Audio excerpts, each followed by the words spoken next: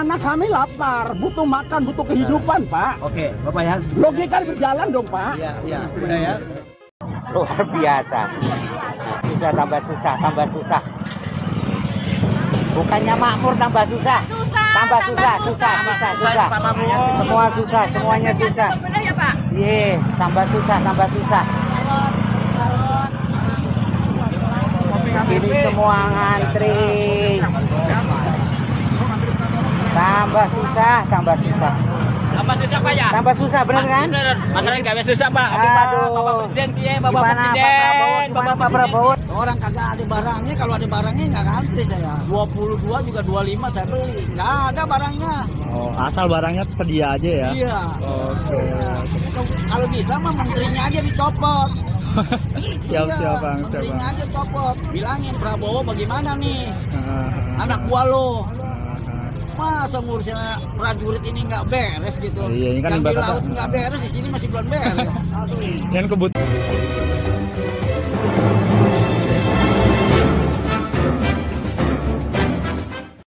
Republik Indonesia 2 hari ini dihebohkan dengan kelangkaan gas LPG 3 kg atau disebut dengan gas melon.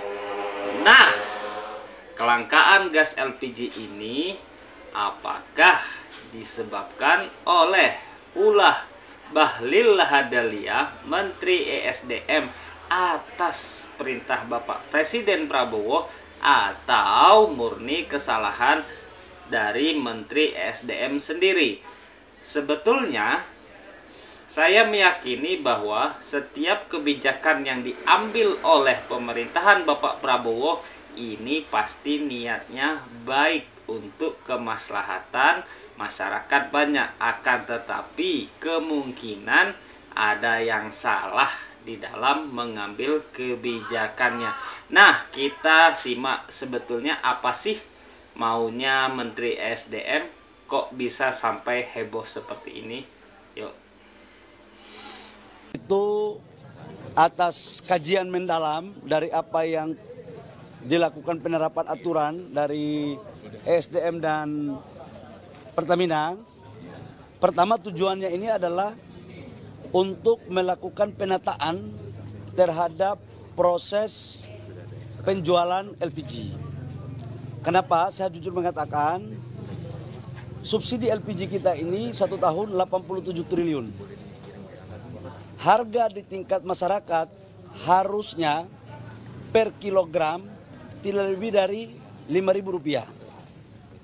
Artinya satu tabung itu harusnya cuma 15.000. Karena subsidi negara per tabung itu 36.000.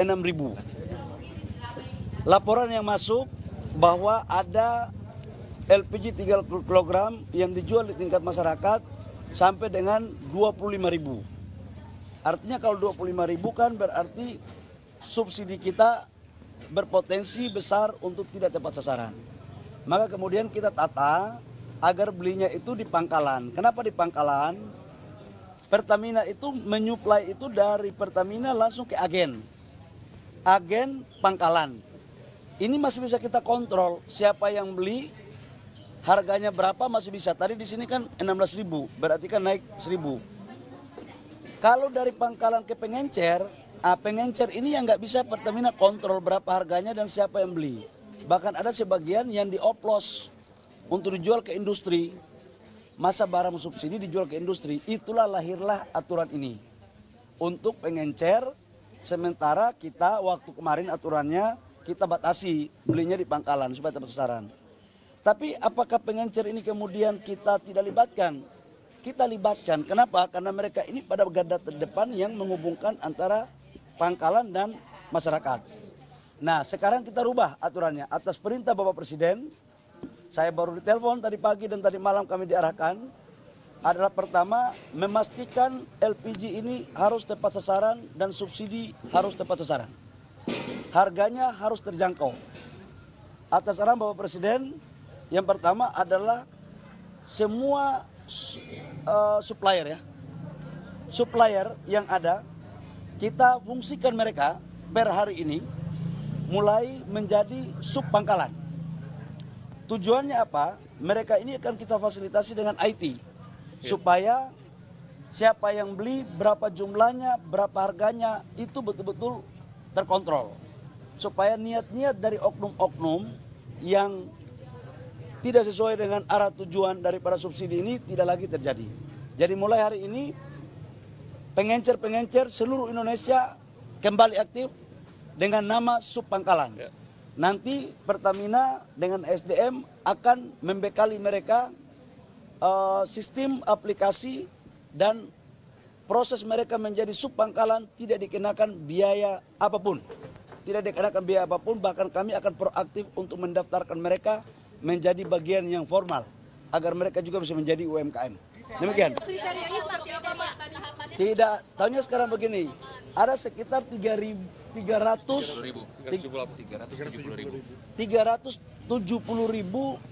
supplier sekarang. Ini semuanya kita angkat sebagai Subpangkalan. Kriterianya yang sudah beroperasi kita angkat semua jadi Subpangkalan. Sambil kita lihat ke depan. Andaikan pun ada yang mungkin tidak mengikuti, contoh dia jual harganya mahal, ya nggak boleh dong, harus dikasih sanksi. Jangan harga dibuat mau-maunya, nggak boleh.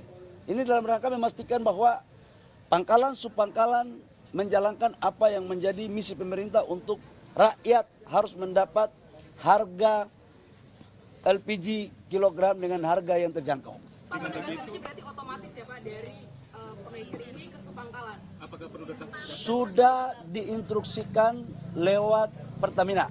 Tadi malam Pertamina sudah membuat aplikasi, sudah menyampaikan kepada semua Subpangkalan, dan omongan saya hari ini juga sudah merupakan bagian otomatis langsung karena surat juga sudah kami tanda tangani lewat Dirjen tadi malam. Sosialisasinya saya minta tolong kalian juga bantu sosialisasi ya. Dari uraian Menteri SDM tersebut, kita bisa tarik garis lurus bahwa niatnya itu memang baik ya, untuk menstabilkan harga gas LPG 3 kg dan agar subsidi gas LPG tersebut tepat sasaran. Bayangkan kalau yang tadinya disubsidi oleh pemerintah gas LPG itu bisa seharga 15.000, hari ini di masyarakat ada yang bisa membeli gas LPG sampai 25.000, 30.000. Beruntunglah hari ini Indonesia memiliki Presiden Prabowo yang langsung gercep melihat ada ketidakberesan dalam suplai kelangkaan gas LPG. Presiden Prabowo langsung ambil langkah tegas dan perintahkan Bahlil Lahadalia untuk menstop program yang dijalankan oleh ESDM agar masyarakat tidak kelangkaan gas LPG. Tidak hanya Prabowo Subianto, Gubernur Jawa Barat terpilih Kang Deddy Mulyadi juga angkat bicara terkait kelangkaan gas LPG ini. Yuk, apa kata Kang Deddy Mulyadi? Dalam 4 hari ini ibu-ibu mengalami kepanikan karena LPG 3 kg yang biasa didapat dengan mudah di warung atau di pengecer menjadi hilang. Sebenarnya barangnya bukan hilang, barangnya ada dan cukup. Tetapi mendapatkannya jauh di pangkalan. Sedangkan jarak dari rumah ke pangkalan itu ada yang dekat, ada juga yang jauh. Pada saat membutuhkan di tempat yang sama berbagai orang datang sehingga menimbulkan antrian. Dan antrian menimbulkan kegaduhan dan kegelisahan serta kemarahan karena barang pokok hilang dari dapur dan sulit didapat. Apa sih sebenarnya yang terjadi? Yang terjadi adalah sebuah kebijakan dari Kementerian SDM untuk menghapus penyalahgunaan subsidi 3 kg, yaitu subsidi 3 kg digunakan oleh orang-orang kaya. Subsidi 3 kg digunakan oleh pedagang besar. Subsidi 3 kg disalahgunakan oleh orang yang mengalihkan gasnya ke tabung gas ukuran besar non-subsidi dan dijual dengan harga non-subsidi. Dan ini merupakan kejahatan. Maka Kementerian SDM akan merubah pengecer menjadi subpangkalan. Tetapi kebijakannya diambil terlalu cepat. Seharusnya disiapkan dulu perangkatnya. Warung-warung dirubah menjadi subpengecer, didaftarkan para penerimanya, kemudian didatakan dengan baik, kemudian dibuat percobaan. Setelah seluruhnya siap, baru diberlakukan. Niat dari Kementerian SDM itu sangat baik, menyelamatkan uang negara agar jatuh ke tangan yang berhak. Tetapi niat baik saja tidak cukup kalau tidak dilakukan dengan hati-hati dan perencanaan yang tepat. Semoga ini menjadi pembelajaran bagi kita semua, karena hari ini sudah diambil keputusan agar warung-warung buka kembali, bisa menjual kembali LPG 3 kg, dan dilakukan persiapan untuk melakukan pendataan dan melakukan perubahan dari warung-warung pengecer menjadi subpangkalan. Mudah-mudahan ini menjadi pembelajaran penting bagi kita semuanya, agar ke depan negara tepat sasaran dalam memberikan subsidi, dan rakyat pun menyadari kalau yang bukan berhak menerima subsidi sebaiknya tidak mengambil gas 3 kg. Oke, terima kasih sudah menyaksikan. Kita kawal terus kebijakan Gubernur Aing, Presiden Aing, supaya Indonesia tetap sejahtera. Hatur nuhun, sampurasun.